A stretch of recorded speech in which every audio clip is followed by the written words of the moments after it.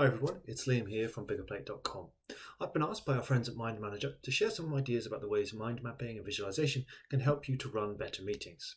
To do that, we're going to look at the before, during and after stages of a potential meeting and try to illustrate where mind mapping can fit and help. What I'm going to show you here is applicable to virtual meetings, in-person meetings, or even hybrid sessions. While the exact implementation and use of mind mapping might require a little adaptation, the principles are universal. So let's take a look. So whenever we plan a meeting at Biggerplate, we use a really simple template process to help us plan the session, whether it's a quick catch-up call on Zoom with the team or a full-day strategy session with clients. You can see here 5 headings, which are purpose, outcome, structure, timing, and attendees, which we remember simply as poster, which you can see here are the letters highlighted in red. So let's say we're planning a project review meeting with our team. We'll put key project review in our central topic and can quickly start to build out ideas and information related to the meeting by working clockwise around the mind map using this simple set of prompts. Having articulated a clear purpose statement for the meeting, we can start to map out outcomes we might hope to get from that meeting, and even then use priority icons in the software to make clear which outcomes are most important. We can even add a progress icon to each outcome so that we can check them off during the meeting, ensuring that we have achieved what we set out to do. Next, we look at the structure section of our mind map, which is where we start to build out our agenda. Let's say we have 3 key projects to review during the meeting, and the format we're going to take with each one is going to be the same. We're going to get an update, we're going to identify problem areas, and discuss actions. We can use more of the icons within MindManager to make the information more visual, and using the task functionality, we can assign a person to each of these projects specifically to indicate perhaps that they will lead this section of the meeting. As we plan out the structure of the meeting, we can also use the hyperlinks feature to ensure that key information will be readily to hand and instantly accessible during the meeting, so we don't lose time or get distracted. For example, for project A, I might want to link to a PDF that is related to this project so that we can jump to it straight away if needed during the meeting. Using hyperlinks helps to connect us with external information that we may want to have ready during the session. In project B, maybe I want to link to a website or specific web page to illustrate progress. Again, I can save the hyperlink and click that to be taken straight to the URL I need to see.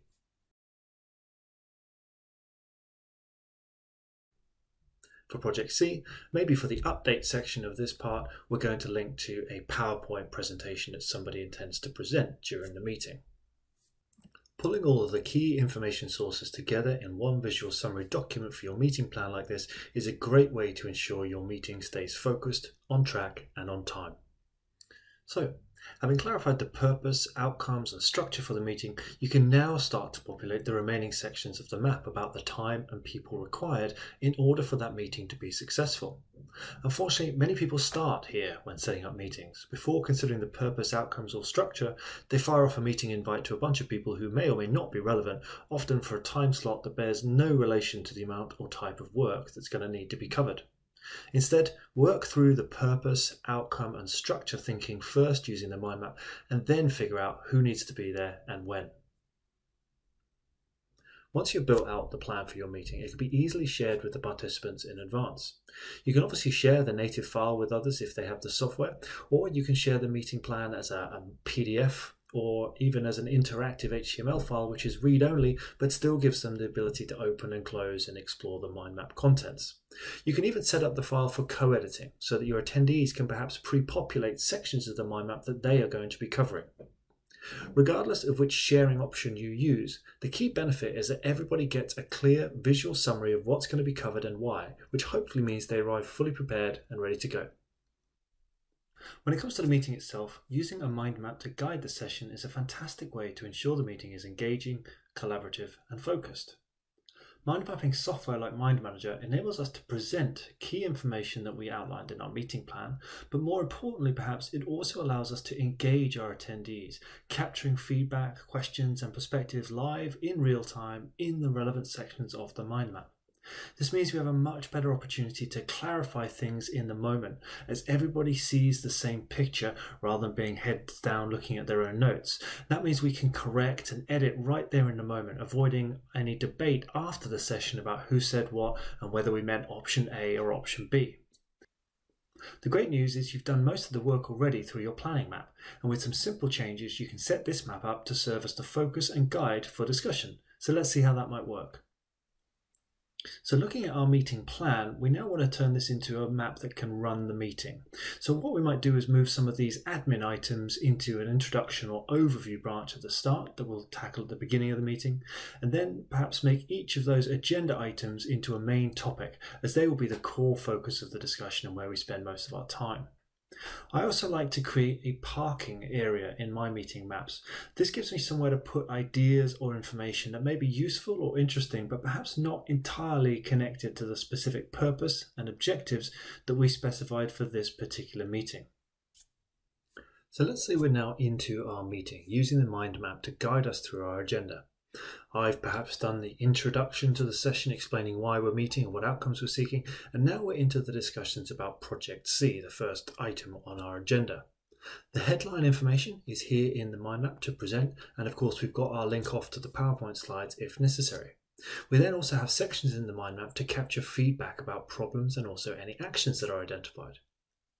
As part of the update on Project C, the project owner has flagged a potential problem with server storage and outlined solutions which include either upgrading the current servers or switching to a new provider. Here in the meeting, we're discussing then the relative merits of either option between us, and perhaps in the mind map we can then capture the key points for each, using a simple pros and cons format like so perhaps.